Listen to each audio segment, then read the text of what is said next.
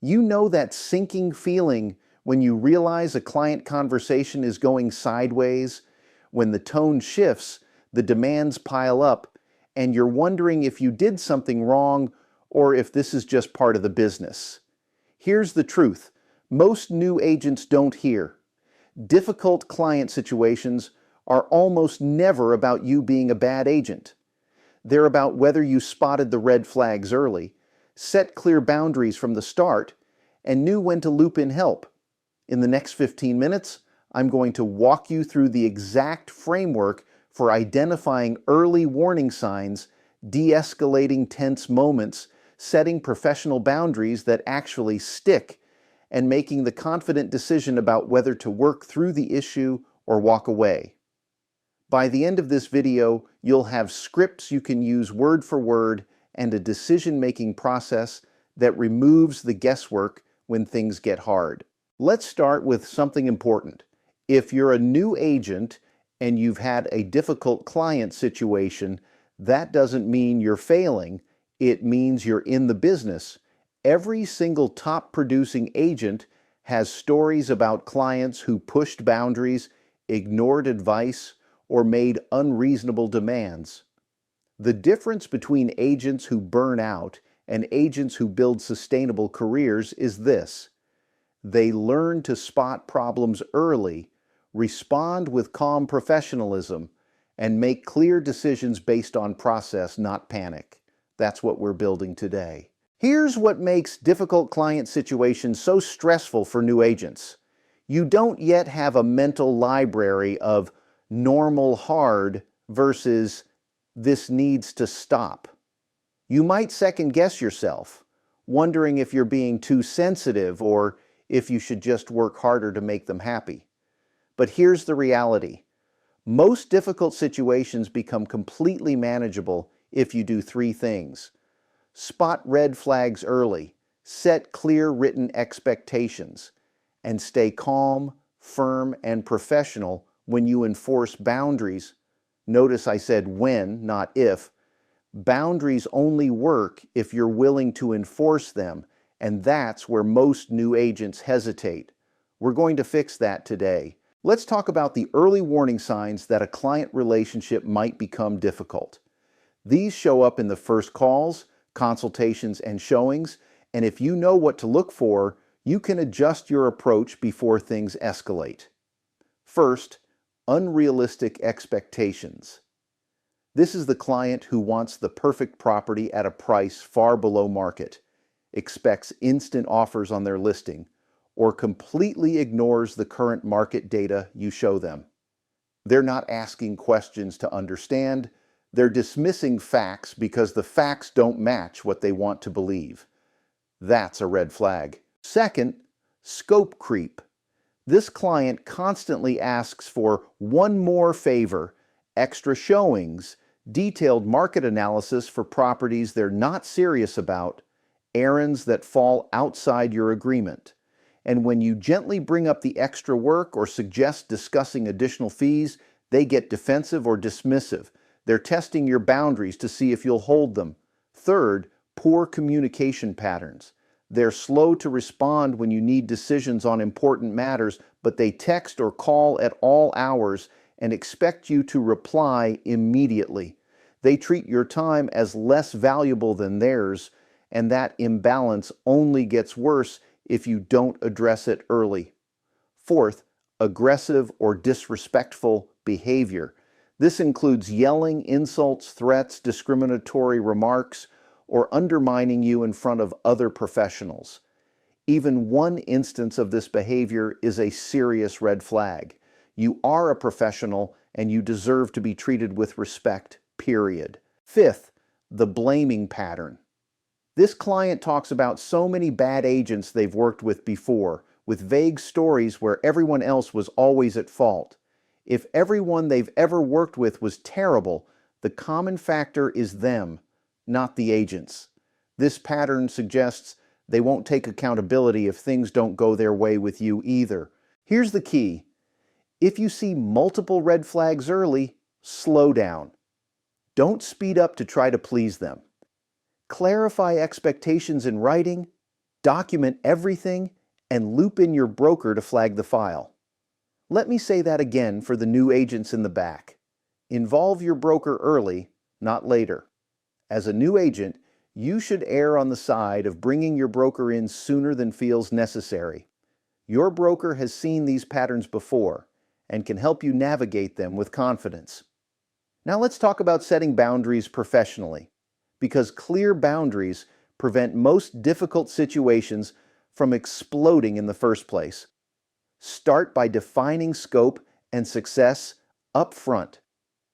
In your buyer or listing presentation, outline exactly what you do, what you don't do, your timelines, and how you'll measure a successful outcome together.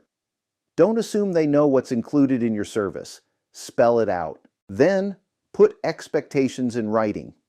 Use your brokerage forms and add simple clauses about communication hours, response times, and how changes in scope or strategy will be handled.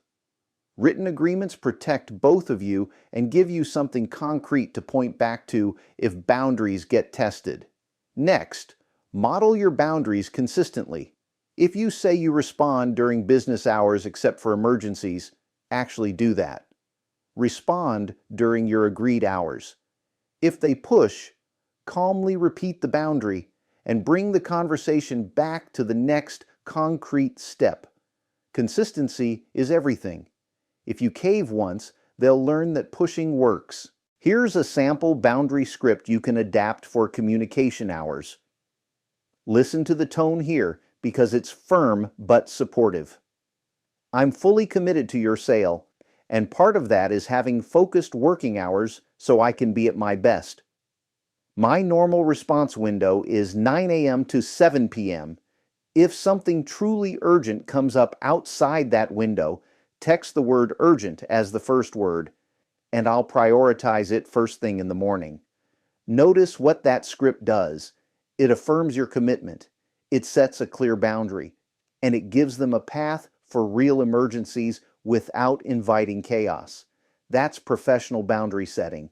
Let's shift to de-escalation, because even with great boundaries, emotions will spike sometimes. Your job in those moments is not to match their energy. Your job is to slow things down. First, stay calm and listen. Let them vent for a minute without interrupting. Then summarize what you heard to show you understood. This alone can lower the temperature significantly because people calm down when they feel heard. Second, separate emotion from facts. Acknowledge their feelings with something like, "I hear that this is really frustrating for you," and then shift to the data. Timelines, contracts, comparable sales, and what can or cannot be changed. You're not dismissing their feelings. You're redirecting toward solutions. Third, offer specific options. Vague reassurance doesn't help. People calm down when they see clear next steps. Give them 2 or 3 concrete options and ask which one feels most aligned with their goals. Here's a de-escalation script for a common situation. A seller who's angry that they don't have an offer yet. I can see you're really disappointed that we don't have an offer yet, and that makes sense given how important this sale is to you. Here's what the market is doing at your price point this week. Pause to show data. And here are 3 options.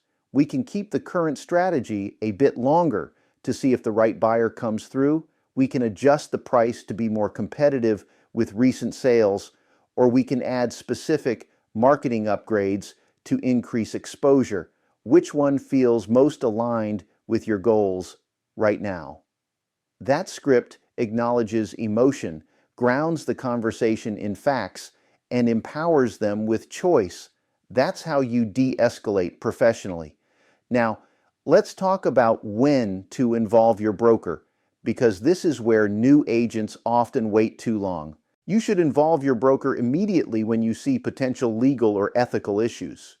This includes fair housing concerns, pressure to misrepresent facts, or any kind of threats.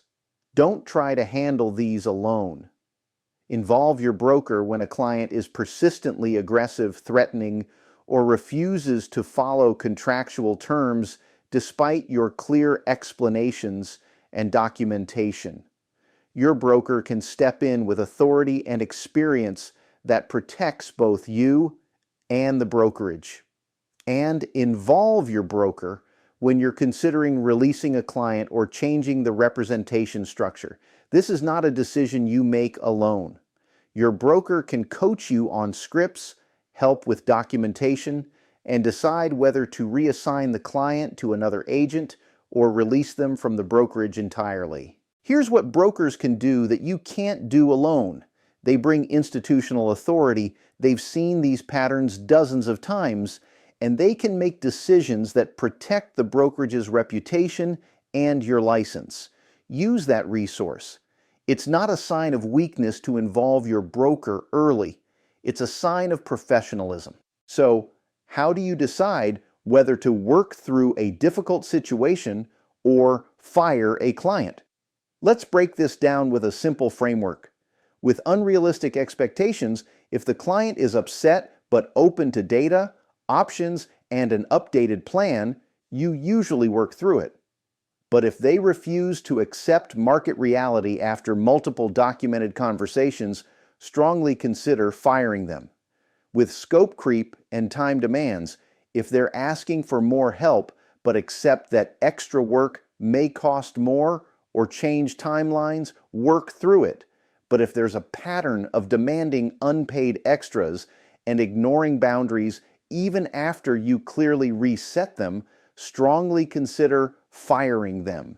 With communication issues, if they're emotionally charged, but apologize or improve when you set communication norms, work through it.